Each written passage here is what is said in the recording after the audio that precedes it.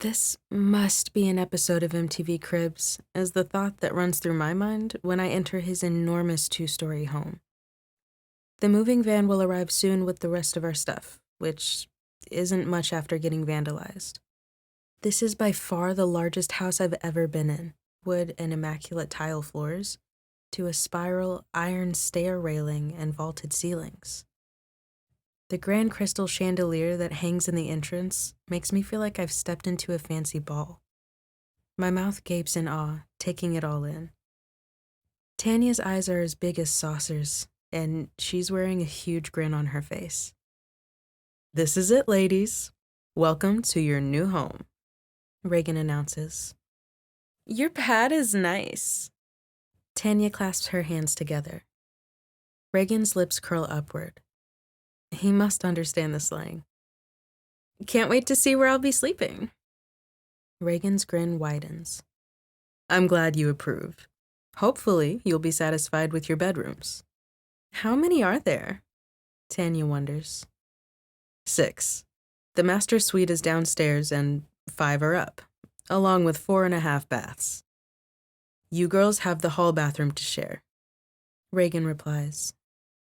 "Sounds perfect." Tanya bounces on her heels. I concentrate on not rolling my eyes. My lids are itching to reach the sky. It seems like Tanya is getting over being upset about moving fast. She's gone from pissy since finding out 2 weeks ago to psyched once we entered the gated community of Royal Oaks. It looks as if I'm the only one still grumpy about coming to Texas. "I'd like to see the rest of the house. Can I look around?" My sister's a ball of energy. "Of course," Reagan says. "Let me introduce my sons first." He yells upstairs. "Boys, get down here." A tall boy dressed in a black tee and jeans jogs downstairs. He has the same caramel brown skin tone as Reagan, standing slightly taller, at least 6'2". Very tall for 16. I have to stretch my neck for miles to see his face. His features are strikingly handsome. He has his father's complexion and physique, but the similarities stop there. He must resemble his mother, with his more rounded nose, high cheekbones, and long eyelashes. His eyes are a lovely shade of hazel. His son glances over at us curiously. "Where is your brother?" Reagan wonders. "He stepped out to the store. Said he wouldn't be long." Reagan nods and then makes introductions. "Jackson, you remember my lovely lady, Charlotte Guillory." Jackson extends his hand. He doesn't seem bitter about us moving in either. "Hello again, Miss Guillory." I want to scream, "It's Mrs.," but decide to keep my lips sealed. Reagan clears his throat. "These are Charlotte's daughters, Tanya Thibodeau and Madison Guillory." "What's up, Tanya?" Jackson acknowledges her first. As Tanya's eyes roam over Jackson, a spark ignites in her honey-colored irises. I want to gag. "Hey, Jackson, or should I call you brother?" Tanya teases. Jackson chuckles. "Definitely not. Call me Jay. Most everyone does." He winks and Tanya's cheeks flush. His mannerisms are the epitome of cocky. I'm willing to bet Jackson knows just how attractive he is. Jackson pivots to me. "You must be the baby sis, sweet cheeks." Is he deaf? Reagan just told him my name.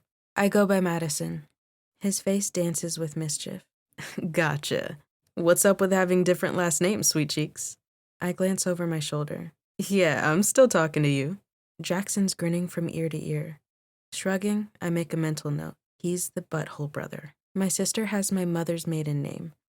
We had the same father, but Tanya was born 2 years before they were married, and they never changed her last name. That's not my place to explain. You'll have to ask her. I tilt my head toward my mom. Jackson bursts out laughing. "I like her, Dad." Tanya scrunches her nose. Mama gives me a piercing stare. A "you better not start" kind of look. My shoulders slouch. I hate to be bitter or have an attitude. Everything's just happened so fast. My father only died 4 months ago. Mama already has a boyfriend that she's moved us in with to another state to top it off. And now I have brothers to deal with. All of this makes my temples pound. Well, there will be plenty of time for everyone to get acquainted. Reagan lightens the mood. Tonight, I want to treat you ladies to dinner. That will be nice. Tanya is all smiles. She's supposed to be on my side. We rarely get along. For once, we're on common ground. Now it seems like the tables have turned and I'm alone in my gloom. I'll show them to their bedrooms, Jackson offers. He extends his elbow out to Tanya. She happily accepts, looping her arm through his. We've got the best crib on the block. Can't you tell? With his free hand, Jackson swivels his palm in a half circle, displaying the house in front of him. Tanya giggles. This babe comes equipped with all the good stuff. Wait until you see our theater room. It's decked out with plush leather recliners, a popcorn machine, and the best sound system. Tanya's face lights up. Lead the way. Jackson glances back at me. Come in, sweet cheeks. My sister is definitely on board, already won over by the luxurious pad. I tag along like a puppy with a tail between my legs.